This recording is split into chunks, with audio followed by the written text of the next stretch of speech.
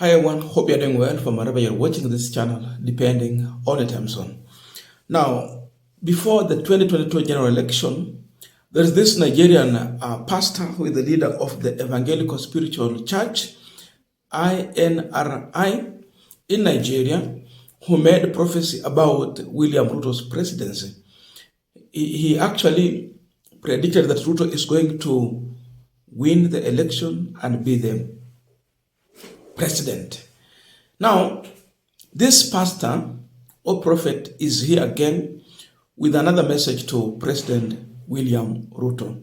This time round, the message is damaging to William Ruto. His position is that William Ruto has only 15% chances of winning the 2027 general election. According to him, Ruto is currently engaged in too many battles that will ultimately lead to his rejection.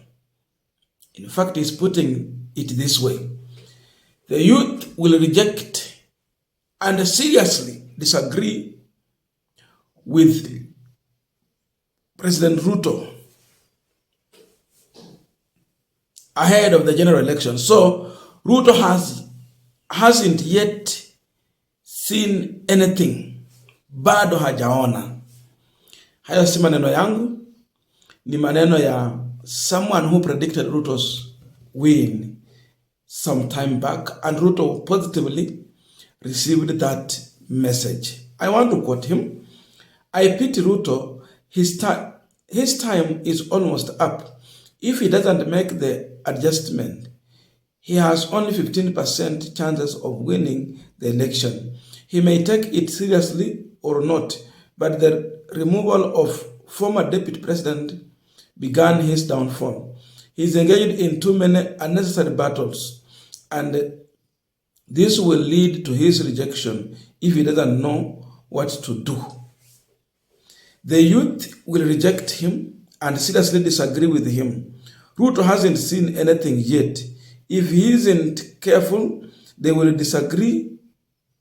They will disgrace him out of the office." Now, there is also something he said during the impeachment of Gachagwa. His position was that if Ruto will allow Gachagwa to go down, he will go down with him. Today, you can tell us what you think about it. Gachagwa is no longer in the office. Is Ruto comfortable in that office? I quote him again: "If the deputy president goes down, Ruto is also going down. He should look at it very well. Meanwhile, the man is prepared for the consequences, but Ruto will also be affected. It is better he settle this amicably." That is the same man who predicted Ruto's victory. The William Ruto team took it very positively. Today is here. His message is now different. How are they going to take it? And even if you look just with your naked eyes, hata kama sio prophecy, what is your conclusion on this? Is Ruto in the right direction? Is he guaranteed of his re-election? I'm also bringing this video here because I know very well that the UDA side used the church and the Bible to make sure that they are convincing majority of Christians to vote for them. They were deeply in the church. They quoted the Bible very many times just to win the Christian-based faith and get voted for. Saizi tuko hapa. Now, some of the individuals who are giving these prophecies, haja yangu sio kuangalia if this Nigerian pastor or prophet is a God prophet.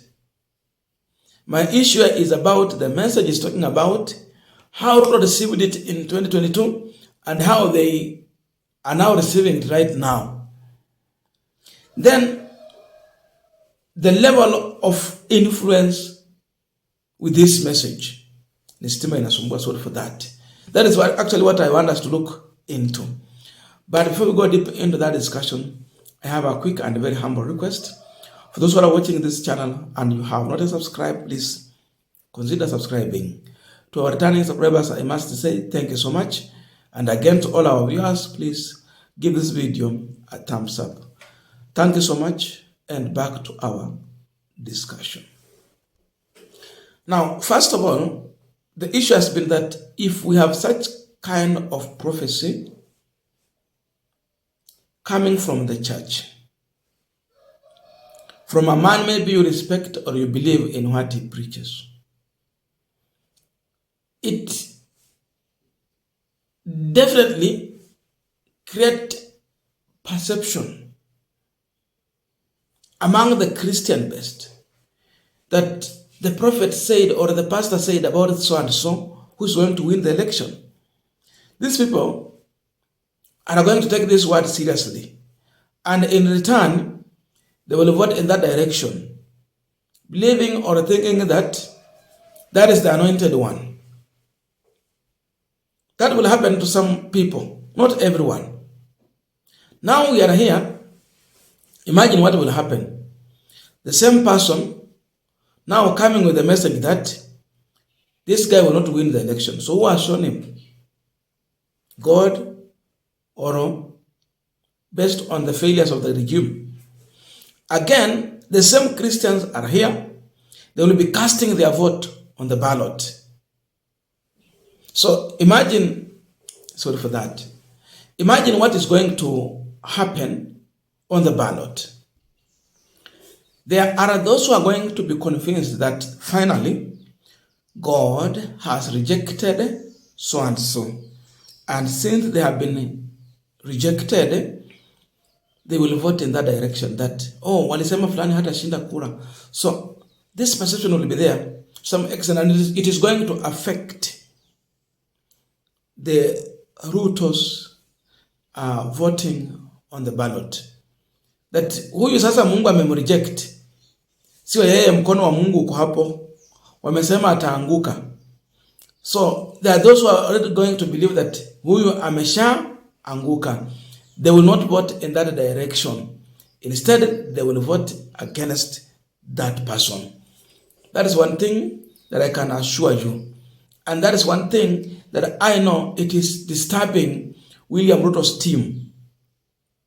Inawasumbua kimawazo kwa saa hizi.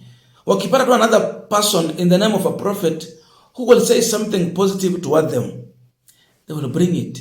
They will receive it with two hands. And his bloggers will be sharing that information all over. I want to ask one question. Why did that when this man in the name of prophet said about the 15% support that Ruto will enjoy, his bloggers are not sharing that information? Jiulize hiyo swali. Kwa nini they are not sharing that information? But when he said that Ruto is going to win the election, he will be the president. In fact, hakusema Ruto atashinda kura, alisema Ruto atakuwa president. They were sharing that information. They were happy to do so. The level of damage from this prophecy is irreversible for William Ruto. He came in as a Christian candidate. And they used every means possible to create, that belief that Raila Odinga is an ungodly person. He's not, he's a man against Christianity. Today, now these Christians are coming with a damaging prophecy against William Ruto. The big thing here, or the big issue in this topic, is the issue of perception perception wise, Ruto is losing. Huyu jamaa amesema 15%. Anyone can say this because ukiangalia saa hizi, this regime has failed. The youth are uncomfortable completely with the manner in which Ruto is running the affairs of this country. Gen Zs are not with William Ruto. With that alone, you can repeat what this guy has said. You can repeat it again. So, the issue of 15% can be true. Now, I don't know your views, but please let us meet in the comment section to continue with this discussion. Otherwise, thank you so much for listening to me up to this far, and see you in our next video.